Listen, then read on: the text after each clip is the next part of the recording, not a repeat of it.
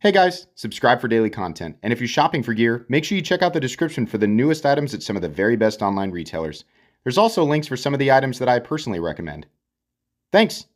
What's going on YouTube? Metal Complex here, and today I've got a really interesting knife review / knife overview to share with you guys. This is the Artisan Cutlery Ahab, which is not an expensive knife, and it should be available right now. If you don't like wood, don't worry. They have a black G10 version of it and possibly one more.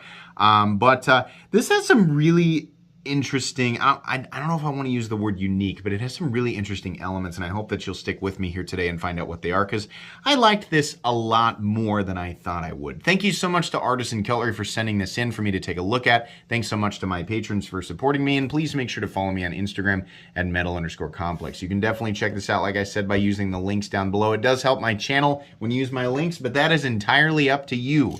Length of the Ahab, overall length coming in at 8 inches. No. Yes? Yeah, okay, 8 inches. Blade length, depending on where you measure it, 3.5. Cutting edge, about 3. Did I spit on it? I'm sorry.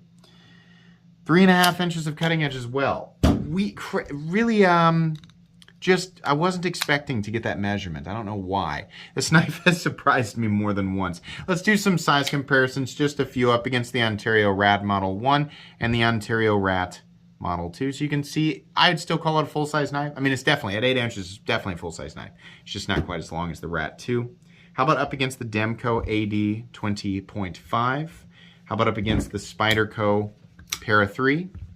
And last but not least, let's put it up against the Benchmade Bug Out. So there you go. All right, how's the action on this guy? This is an Artisan Cutlery knife. It is made in China.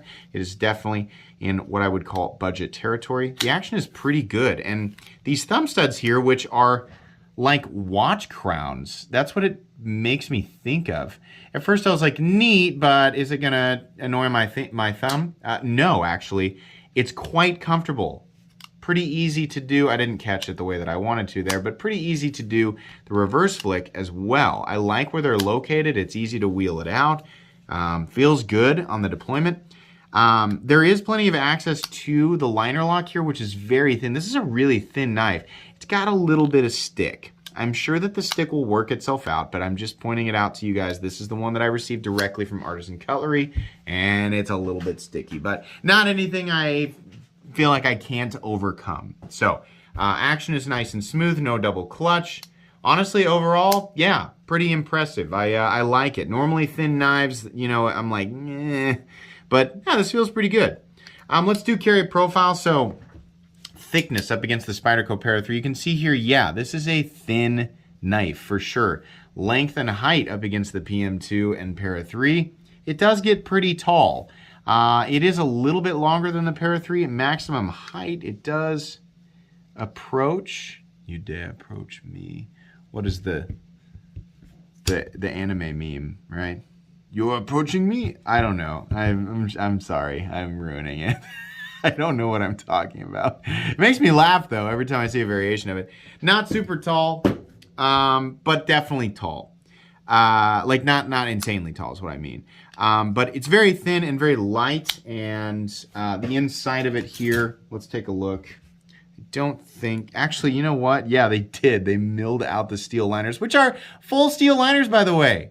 That's good, cool. They did mill those out for weight reduction. Let's take a look at the weight on this guy. What are we looking at for materials? In this case, wood, steel liners, titanium pocket clip and backspacer? What? Okay. And then AR RPM 9 for the blade steel, which is a powdered version of 9C18 MOV, if I'm not mistaken. Weight is 3.1 ounces, which is pretty good considering you get 3.5 inches of blade. It's not often that we come in under. We're usually striving to hit exactly the same mark. So well over an ounce an inch. The whole ounce an inch thing for the blade length to weight ratio. So that's very good. The balance point on this guy, I think, is right. Yeah, it's right there where your index finger is going to be. Honestly, you pick this thing up and it feels featherweight, even at 3.5 ounces or so. Is that right? Did I not 3.5 ounces? 3 ounces. The only reason you might not like to carry this is because you might have been carrying something more compact. This does get tall here, but it's not crazy, right? So most people, I feel like, are gonna have a pretty good time with this. Let's go ahead and do a hardware check. I'm gonna get out my tools. As per usual, my tools are very inexpensive and very recommendable. You can find them right down in the section of my description that talks about the tools I use on this channel. I'm gonna go ahead and get a T6 out because what is happening here? Does that say T? Oh no, it does say T6. I'm sorry, I thought it said T8. So these are body screws and scale screws, and we're gonna go ahead and take this scale off so I can show you guys underneath. Because, and I haven't done this yet, but I am, I'm certain that what we're gonna find there is a pivot adjustment screw, which is not my favorite thing in the whole world. I really like to be able to adjust the pivot from the outside. I don't want to have to make micro adjustments, which are something that everybody's going to have to do if you care at all about centering or lockup solidity. I don't want to have to make those micro adjustments by taking off the screw. Yeah, you can see here. Look at this liners here. Yeah, you have to get under there to make an adjustment to the pivot, which is not impossible by a long shot. I mean, it's totally doable. It's just annoying that you have to take the front scale off, right? So, as you can see, the investment of time for this is roughly what you're seeing on screen, unless you go super duper fast, which I wouldn't recommend. That's how we strip things. But yeah, you do have to make those adjustments after you take the front scale off. Why couldn't we just get rid of this screw and put the pivot in there and just lip it to hold the scale down? I don't understand. Was there a specific type of aesthetic that we were trying to achieve here that was only possible by doing it like this? I don't know. Weird choice, but okay. Not a deal breaker, not in my book. It's just kind of annoying. So, some T6. Looked like the pivot was a T8. And then a couple of screws holding in the back spacer. So as long as you have quality tools and a place to put your hardware, you should be good to go. Let's go ahead and measure the blade stock thickness. I'm really curious about this because it's really thin. Blade stock thickness is coming in at, whoa, like 100 thousandths, 101 thousandths. Pretty thin, right? Definitely. So anyways, let's go ahead and move into the meat and potatoes here.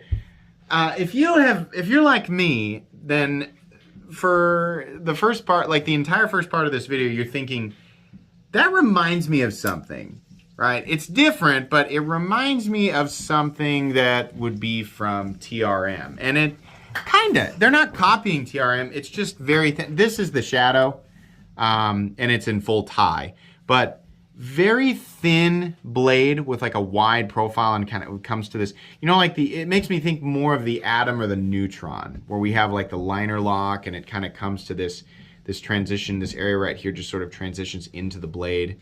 The thumb studs definitely make me think, it's like, honestly, I kind of want the thumb studs on the Ahab to be on this guy. Because they're just less comfortable. But yeah, it does kind of give me TRM vibes without being a copy of the TRM. So if you've ever thought, I'd love to have a TRM, but they are expensive and they are very hard to get. This, in a lot of ways, kind of feels like a budget TRM. It's definitely still got its own quirks and its own elements, but it does kind of feel like a budget TRM. So there you go. Ergonomics. Wow. Love them.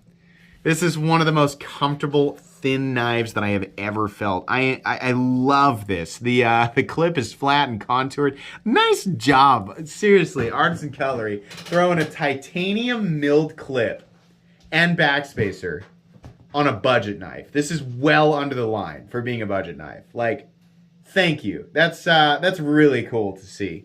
But seriously, this thing is freaking comfortable. And, up to this area right here, we got a little bit of jimping to kind of, I gotta be honest with you, it's not doing much, right? But it's there and you can feel it. This is comfortable. We got a little notch back here. Man, this is nice. You can see why. Subtle lines in here. We have some contouring going on, even though they are thin, right? Nice. Edges are basically rounded. They're not chamfered, they're rounded, which I think is more so what you have to do with a knife that's gonna be this thin. I like that it still feels solid though, because it's got full steel liners that are recessed.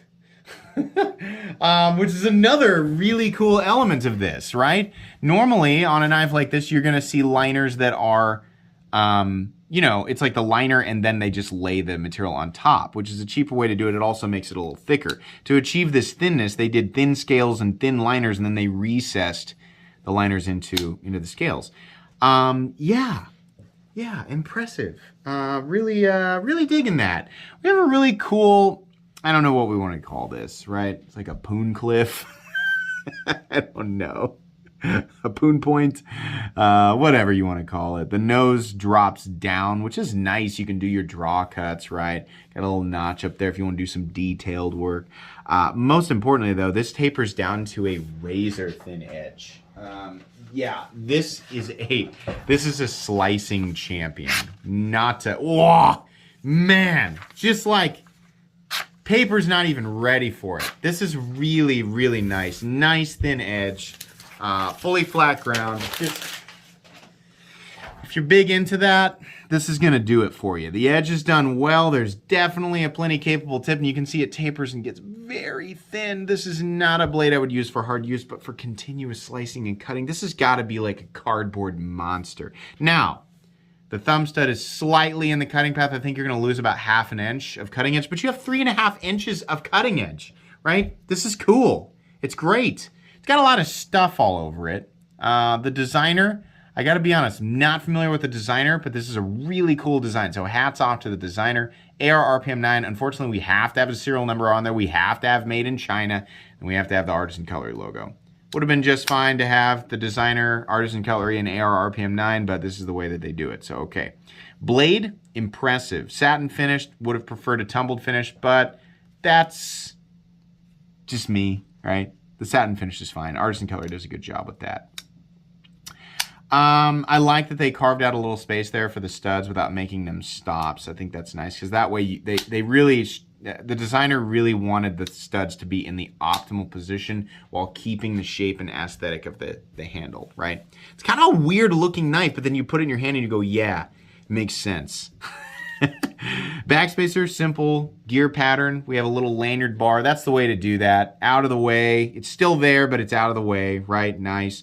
The clip is just freaking awesome. I mean, it's simple, but the fact that it's milled titanium on this tier of knife, right? Like, holy moly. It's actually trying to get the liners underneath.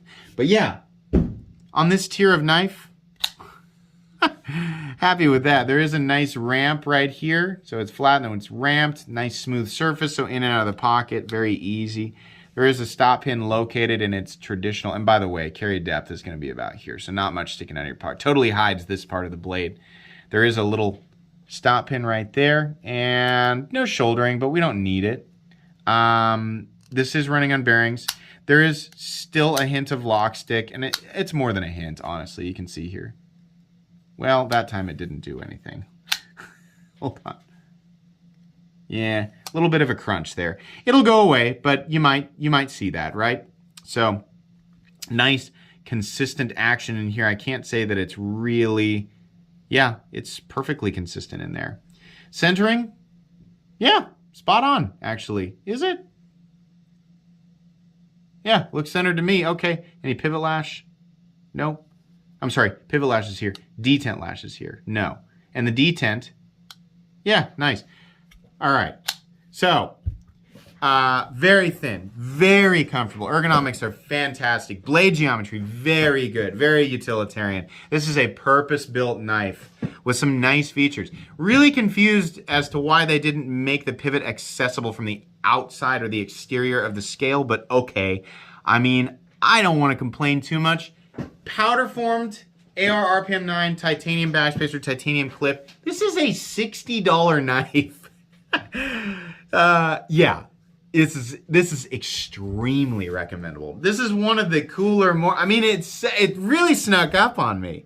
I'm just like, I mean, it really does feel like a budget TRM that's kind of got some more wicked lines going on, but really well thought out ergonomics. You've actually got quite a bit of room to move around here. And God, I'm just, yeah, this is great. I think this is awesome. I'm happy to find a budget knife that's, you know, not necessarily reinventing the wheel, but they're doing different things and kind of, you know, we didn't have a knife just like this in this territory. And I mean, like Artisan Cutlery coming in with the ridiculously good price, $60 for this versus the competition out there.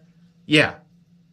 I mean, no questions asked. This is great. I'm very impressed with that. This is going to go not only on my cheap knives I like playlist because it is a budget knife. Anything under $75 on this channel is a budget knife. But it's also going to go on my most recommended knives playlist. This is awesome. I don't care who you are, right? You're a high-end collector. You just getting into it and kind of sticking with the budget stuff. This is really good. I like this. Hopefully the lock stick goes away, but I'm happy. This is nice. Artisan Cutlery Ahab. Really shocked by this. I think that's going to be pretty much it today, guys. Please make sure to follow me on Instagram at metal_complex. If you enjoyed this video, leave a like. If you'd like to check out my other content, I do, of course, have lots of videos of knives that are either expensive or inexpensive that I do or don't like, so check those out. And if you enjoy all my content, go ahead and click on that Metal Complex logo right there and subscribe because there's definitely more coming. Thanks again for watching, everybody, and have a great day.